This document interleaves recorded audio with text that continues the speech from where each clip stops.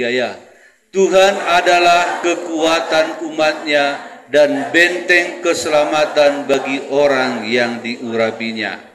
Silakan duduk saudara. Saya buat judul firman Tuhan, seorang yang diurapi bisa mengubah nasib bangsanya. Ini judul ini sangat keren, luar biasa kalau kita bisa mengerti. Sekali lagi ya, seorang yang diurapi bisa mengubah nasib bangsanya. Saudara, kalau seseorang diurapi Tuhan,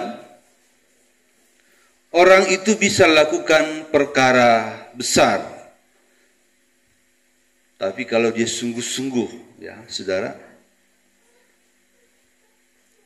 Dan tidak semua orang yang diurapi bisa dipakai Tuhan. Saudara, tetapi begitu banyak orang yang telah diurapi. Jangan dulu diurapi ya, dijamah gitu ya. Dipenuhi Roh Kudus, ya.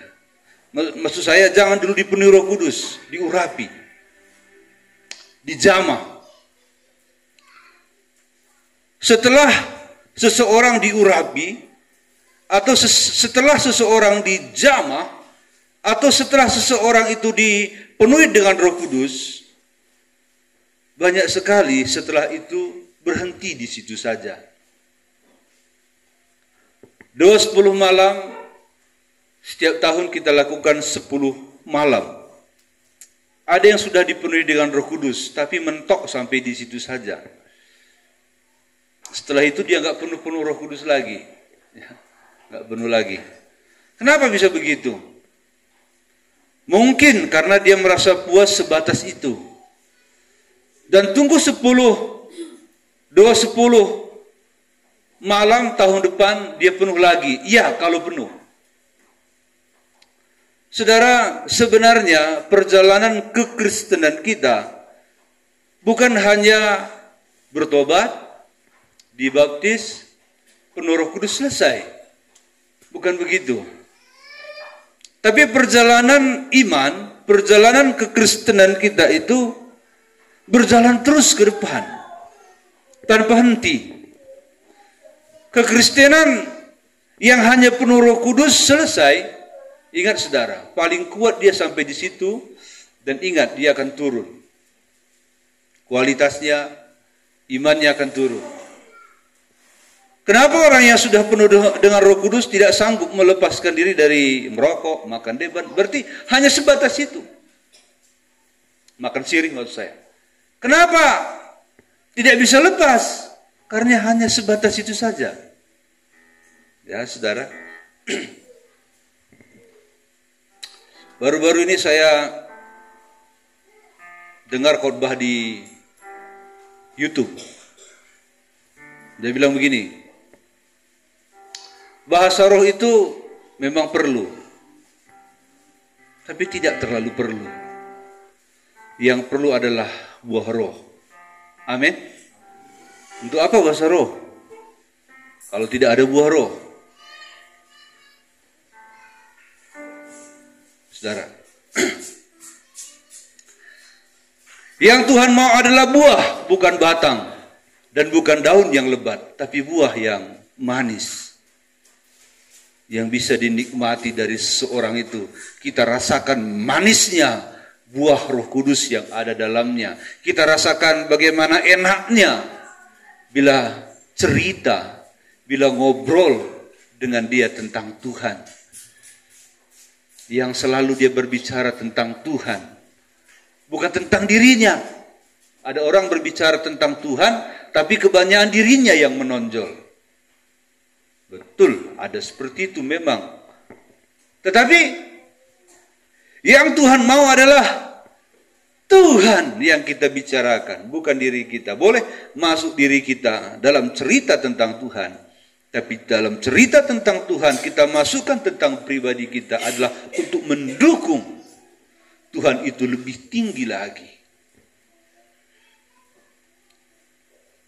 Saudara dikasih Tuhan, Allah menjamah seseorang Tuhan mengurapi seseorang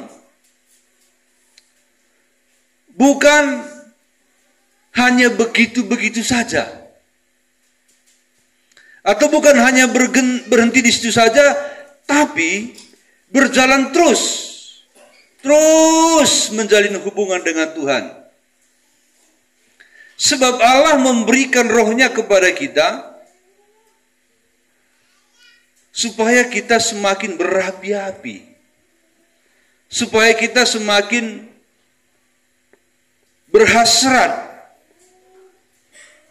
supaya Roh Kudus itu bisa menolong kita untuk lebih semangat lagi, untuk bisa lebih lagi dan lebih lagi untuk bersekutu dengan Tuhan.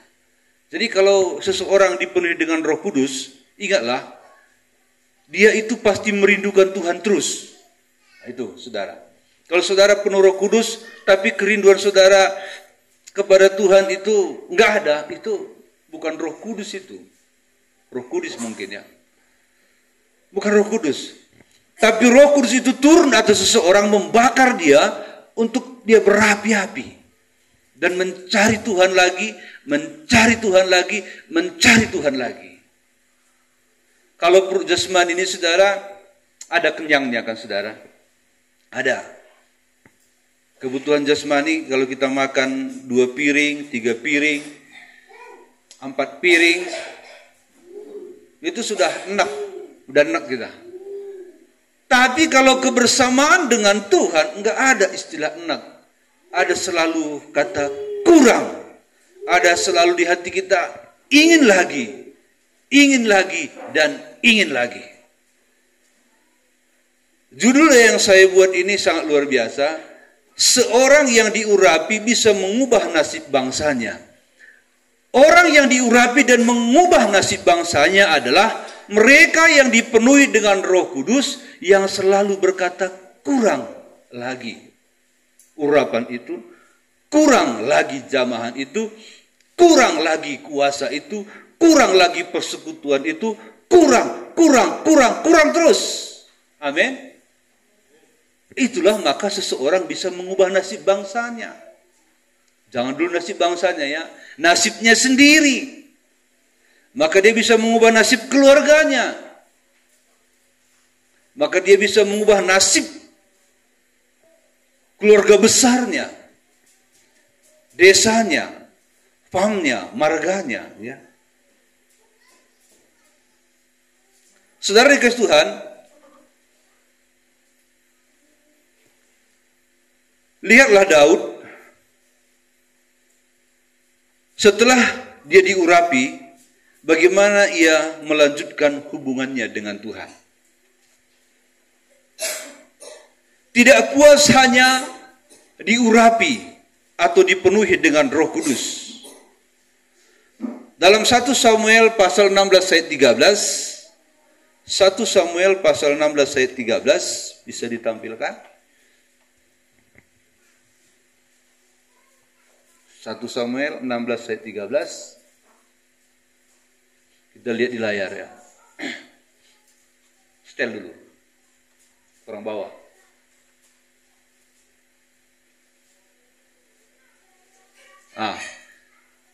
Terus belum nampak. Jemaat belum nampak.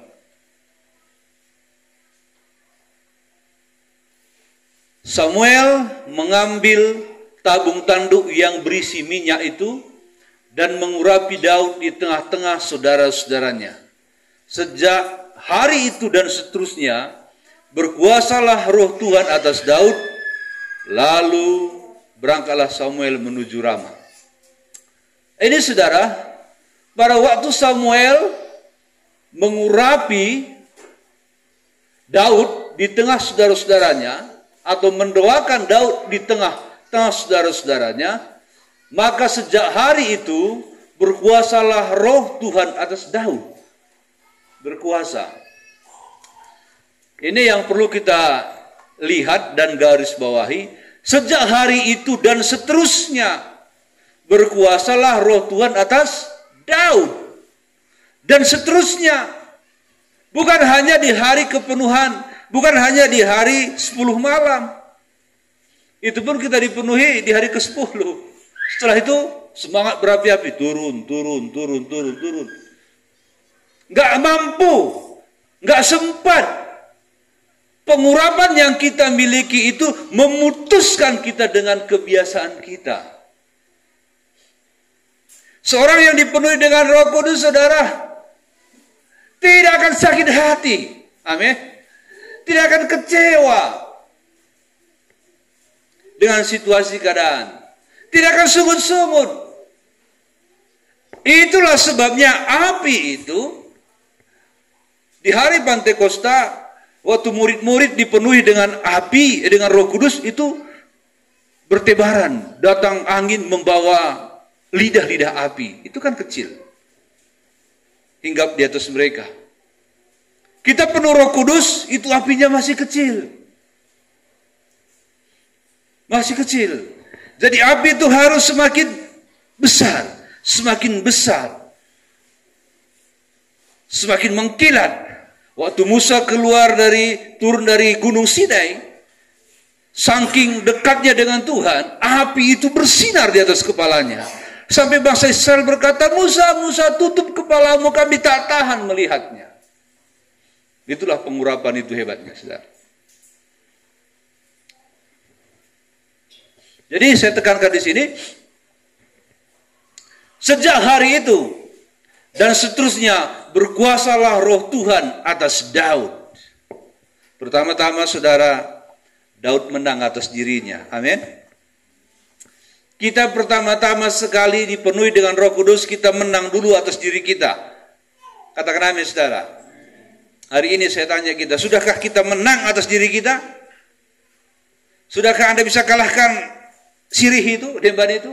Berarti Anda belum menang. Sudahkah Anda kalahkan rokok itu? Anda belum menang. Jadi Anda perlu pengurapan yang kurang. Amin. Anda perlu pengurapan tambahan supaya lepas. Saudara, kalau Roh Kudus itu turun, tambah, saudara akan merasa enteng melepaskannya.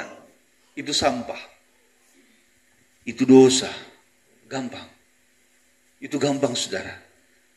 Tapi karena pembakaran itu, energi, urapan Roh Kudus itu kurang atas diri kita, maka kita tidak mampu. Apalagi kalau kepenuhan hanya 2:10 malam. Haleluya. Jangan ada sakit hati ya. Kalau sakit hati berarti Roh Kudusnya, pengurapannya kecil. Lebih besar kedagingan kita. Seharusnya pengurapan menguasai kita seperti Daud. Bukan kita yang menguasai urapan. Bukan kita yang menguasai firman di hati kita. Kalau kita yang menguasai firman di hati kita, sama seperti hati kita itu ditaburi firman, tapi dihimpit rumput-rumput. Tumbuh dia dihimpit, mati. Ditaburi lagi, mati. Ditaburi lagi, mati. Daud tidak. Waktu ditaburi dengan firman pengurapan mulai hari itu, Roh Kudus tetap berkuasa atas dirinya. Itulah sebabnya maka Daud sanggup mengubah nasib bangsanya. 1 Samuel 17 ayat 50. Ini peristiwa terjadi. Peristiwa yang besar terjadi. Untuk seorang yang bernama Daud. Dan hari itu benar-benar nasib bangsanya ada di tangannya. Demikianlah Daud mengalahkan orang Filistin itu dengan umban dan batu. Ia mengalahkan orang Filistin itu dan membunuhnya tanpa pedang di tangannya. Siapa yang dibunuh Daud ini? Siapa tahu? Betul, Goliat. Hari itu, saudara, di medan perang, bangsa Israel, tentara orang Israel dan tentara orang Filistin berhadap-hadapan. Tetapi tentara orang Israel kecut, tawar hati, dan takut. Takut sekali. Akhirnya, karena mereka takut, boleh dikatakan hanya nunggu waktunya saja, maka seluruh tentara Israel akan angkat tangan. menyerah kepada Filistin. Berarti nasib bangsa Israel pada waktu itu gawat, berada di ujung tanduk. Jadi bangsa Israel pada waktu itu membutuhkan penolong untuk membebaskan mereka dari ancaman tentara Filistin yang mengerikan. Kalau saja orang Israel kalah, maka orang Filistin menguasai seluruh Israel. Jadi pemimpin pemerintahan ada di orang Filistin, terjajah mereka. Tetapi saudara, tampillah Daud. Pendek cerita, Daud membunuh Goliat raksasa besar itu. Itu panglima tentara orang Filistin. Dia bunuh dengan umban, jatuh di hadapan Daud. Nah, maka genaplah judul kita ini tadi. Seorang yang diurapi bisa mengubah nasib bangsanya. Nasib bangsa Israel diubah oleh seorang yang bernama Daud. Nasib bangsa Israel diubah seorang yang bernama Daud. Saudara, di tangan Daud, dia umban, dia lepaskan, kena dahinya, mati. Dengan matinya panglima tentara Filistin, maka keadaan terbalik poin. Waktu itu orang Israel gemetar karena mati panglima tentara Filistin. Tentara Filistin gemetar dan kemenangan direbut oleh satu orang yang bernama Daud. Memang benar saudara, seorang yang diurapi bisa sanggup mengubah nasib bangsanya. Katakan amin saudara. Saudara dikasih Tuhan, mengapa Roh Tuhan begitu berkuasa atas Daud sehingga urapan yang dia miliki, kuasa yang dia miliki dari Allah itu sanggup membunuh Goliat dan sekaligus mengubah nasib bangsa Israel, yaitu karena Daud selalu rindu. Daud selalu merasa kurang urapan itu. Seperti nyanyian yang berkata, seperti rusa merindukan sungai yang berair. Seperti rusa merindukan air, begitulah jiwaku merindukan Engkau. Itu Daud sudah. Dia sangat rindu. Ku berharap hanya kepadamu. Ku sembah Kau Allahku, Tuhan dan Rajaku. Ini kerinduan Daud. Saudara dikasih Tuhan, kalau kita dijamah Tuhan, kalau kita diurapi Tuhan lagi, kalau kita dipenuhi Tuhan lagi dengan Roh Kudus-Nya, itu maksudnya supaya Anda itu lebih dipakai dari sekarang. Amin. Lebih hebat dipakai dari sekarang, dari hari ini. Tapi betapa banyaknya sentuhan itu hanya sebatas kita segar saja, ya kan? Betapa banyaknya urapan itu sebatas kita meneteskan air mata saja. Tapi maksud Tuhan supaya kita itu lebih dari hari ini dipakai Tuhan. Katakan amin saudara. Tuhan tidak pernah membatasi kapasitas kita. Kamu sudah sampai di sini aja, udah, enggak, saudara. Tapi dia tunjukkan, Kau akan kuangkat lebih tinggi lagi. Kau akan kuangkat lebih dari sekarang. Amin. Amin saudara. Jadi mari rindukan Tuhan lebih lagi dan lebih lagi. Tidak ada istilah cukup dalam pengurapan. Amin. Kalau uang bolehlah. Nanti Tuhan kalau saya sudah punya uang 5M, sudahlah. Ya bisa-bisalah. Tapi mengenai kerinduan kepada Tuhan, enggak ada istilah sudah cukup. Berarti Anda menghentikan rencana Tuhan dalam diri Anda kalau Anda berkata cukup sampai ke sini kesetiaanku.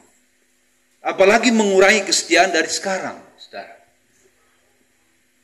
Kalau ibadah kita cuma Jumat Minggu kan, saudara, Jumat Minggu. Itu enggak cukup sebenarnya. Di rumah kan kita punya waktu. Kita merasa kurang kan, saudara. Kurang lagi. Dan kurang. Begitu, saudara. Ingin dibaharui lagi. Sudah baru, dibaharui lagi. Ini kita, saudara, dibaharui hari Minggu. Hari Sabtu, ya udah udah peot. Keriput. Lalu dibaharui lagi. Segar. Hari Sabtu, saking peotnya nggak gereja lagi, saudara. Aku nggak layak lagi nih, aduh. Anda layak. Anda harus dibaharui. Dan lebih lagi. Amin. Saudara, ada seorang lagi yang bernama Musa. Musa adalah seorang pemimpin raksasa. Musa adalah seorang pemimpin kaliber. Dia adalah pemimpin bangsa Israel yang pertama yang melakukan perkara-perkara besar, perkara-perkara dahsyat dan luar biasa. Dia mengubah nasib bangsanya, yaitu bangsa Israel yang diperbudak di Mesir. Tetapi saudara dikasih Tuhan,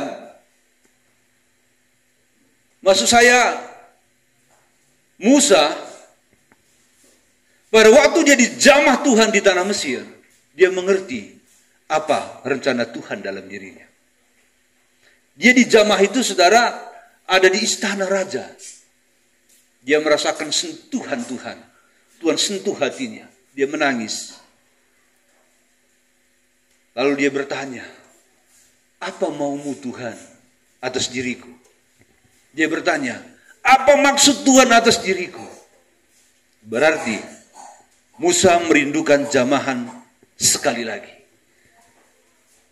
Dan sekali lagi. Dan lagi.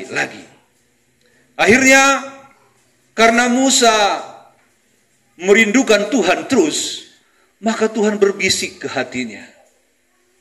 Aku melihat sengsara bangsaku di Mesir. Yang di dalam dirimu, darah di dalam diri mereka sama-sama keturunan Ibrahim.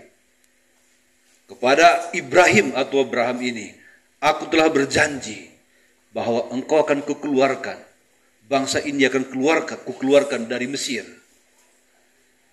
Jadi, aku ingin engkau yang membawanya. Saudara, Musa mengerti panggilan hidupnya. Kalau saudara dijamah, berarti Tuhan ada mau dalam dirimu. Amin. Apalagi kalau saudara sudah diurapi dengan minyak baru, dengan Roh Kudus. Berarti Tuhan ingin menyatakan rencananya lebih lagi. Apalagi kalau saudara sudah dipenuhi dengan Roh Kudus, berarti Anda ingin dipakai Tuhan lebih lagi. Tapi betapa banyaknya, hanya sebatas itulah mentoknya kerohanian seseorang. Sehingga setiap tahun Tuhan ulangi, setiap tahun juga Anda gagal. Setiap tahun Tuhan ulangi, setiap tahun Anda gagal.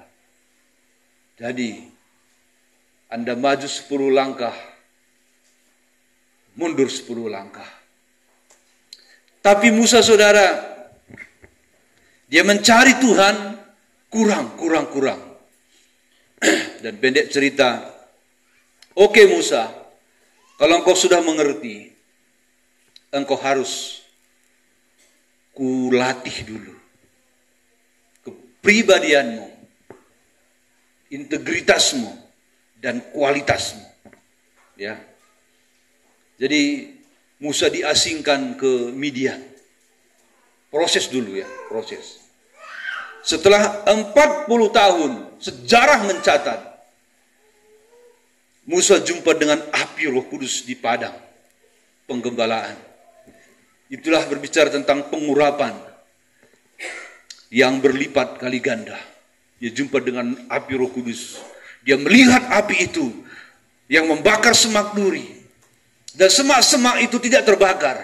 Mengertilah Musa, ini bukan api dunia, ini api sorga. Waktu dia melihat itu, terbakar hatinya.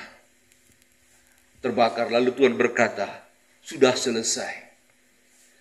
Pulang ke Mesir, bawa bangsaku keluar dari Mesir, bawa ke tanah Kanaan.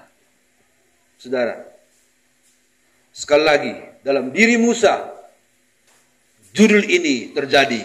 Seorang yang diurapi bisa atau sanggup mengubah nasib bangsanya. Maka Musa membawa bangsa Israel keluar dari Mesir. Saudara, membawa bangsa Israel keluar dari Mesir bukanlah sesuatu yang mudah.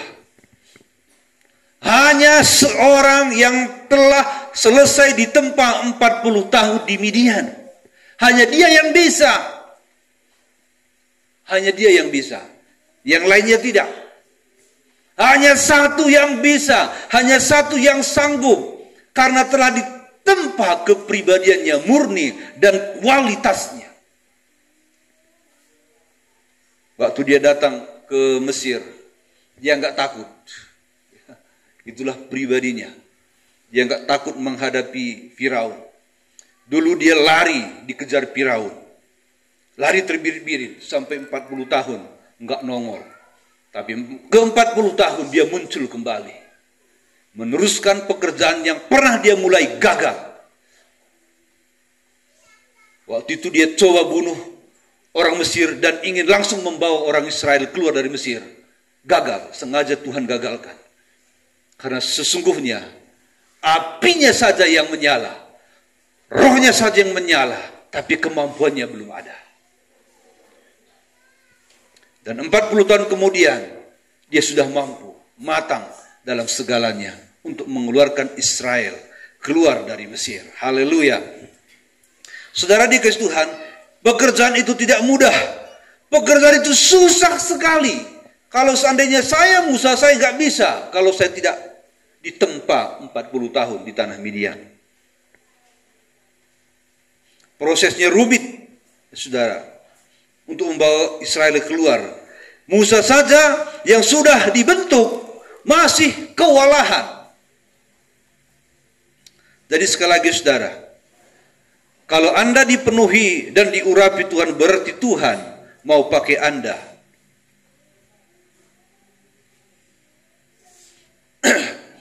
Mazmur 60 ayat 14. Mazmur 60 ayat 14.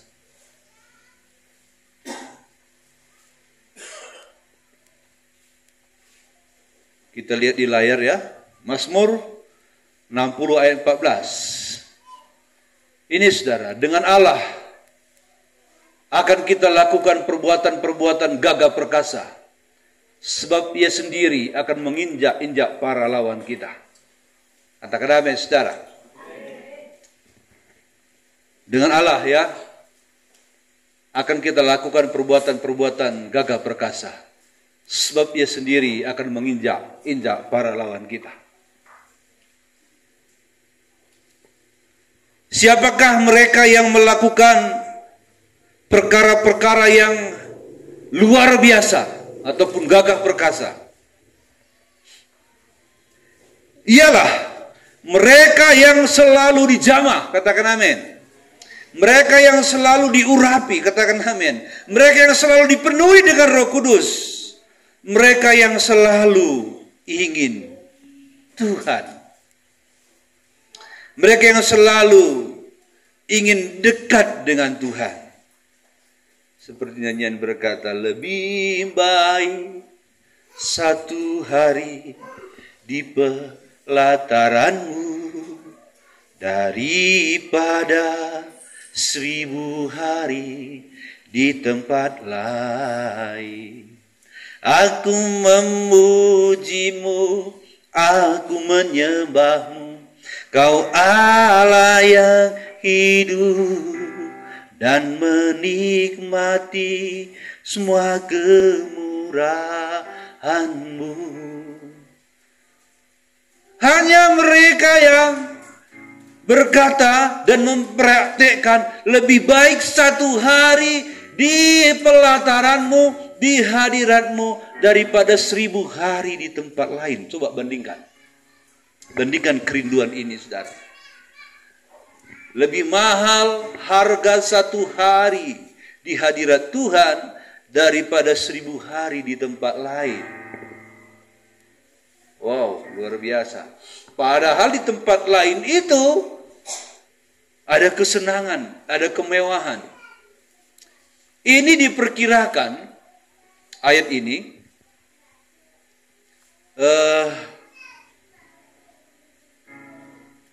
Daud yang tulis, ya. Daud yang tulis. Coba Mazmur 84 ayat 11.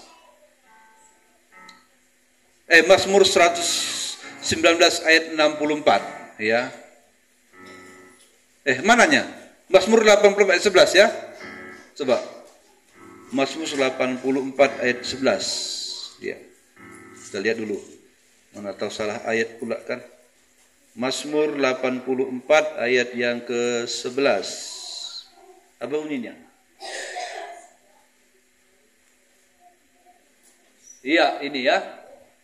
Sebab lebih baik satu hari di pelataran-Mu daripada 1000 hari di tempat lain. Lebih baik berdiri di ambang pintu rumah Allahku daripada diam di kemah-kemah orang fasik. Ini luar biasa. Ini diperkirakan Daud yang tulis. Dilihat dari latar belakang hidupnya yang selalu rindu Tuhan. Begini, saudara. Ditawarkan umpamanya. Saudara dapat bonus jalan-jalan ke Amerika 1000 hari gratis dan dikasih lagi uang. Pilih mana lebih suka 1000 hari jalan-jalan keliling dunia daripada 1 hari di rumah Tuhan. Halo, ini bandingannya kalau sekarang. Mana kita pilih? Iya, 1 hari di rumah Tuhan. Karena hari ini Anda ada di sini. Haleluya, saudara. Ini bandingannya ya, saudara. Hadirat Tuhan itu mahalnya bagi Daud. Sehingga Daud dipercaya mengubah nasib bangsanya. Ini jugalah kerinduan Musa, sehingga Musa dipercaya mengubah nasib bangsanya. Mazmur 119 ayat 164. Mazmur 119 ayat 164.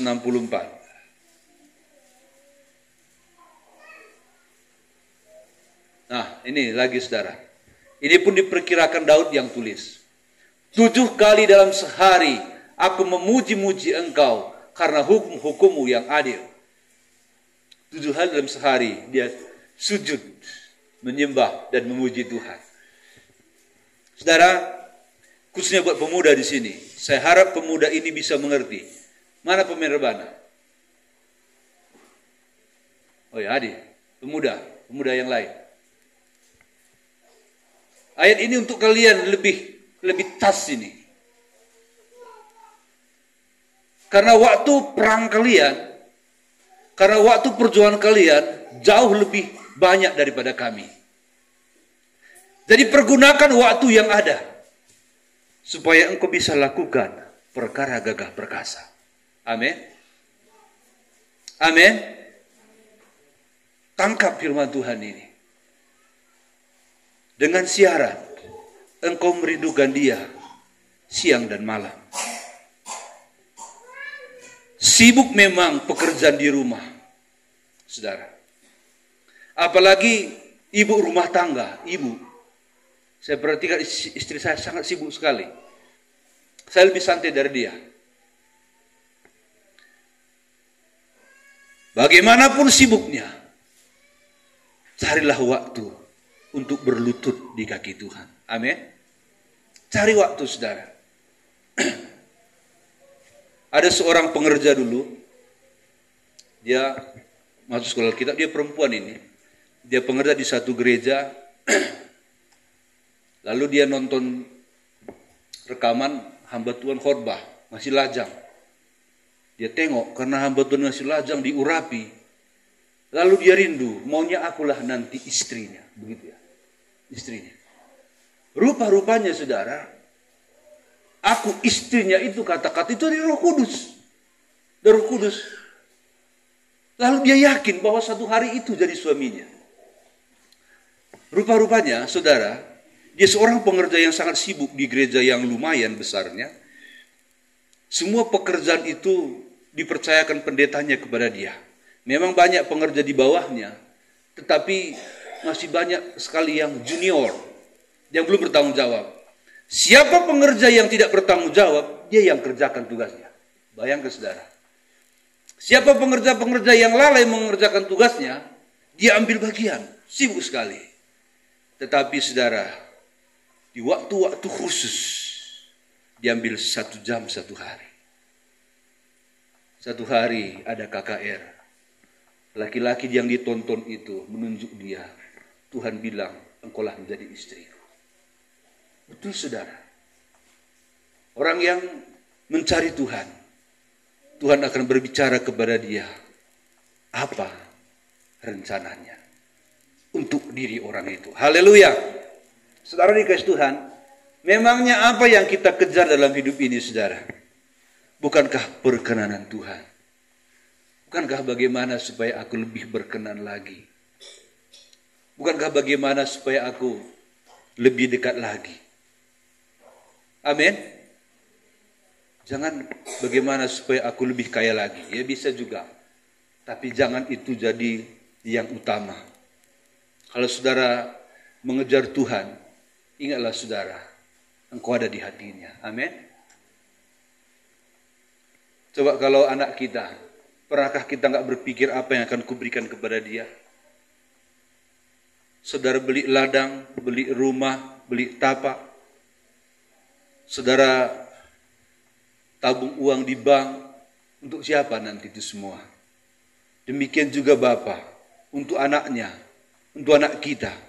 Kalau saudara dijamah Tuhan terus menerus saudara, kalau saudara dipenuhi terus menerus, maka Anda akan bisa berhasil dalam pekerjaan Anda yang selama ini Anda gagal. Katakan amin.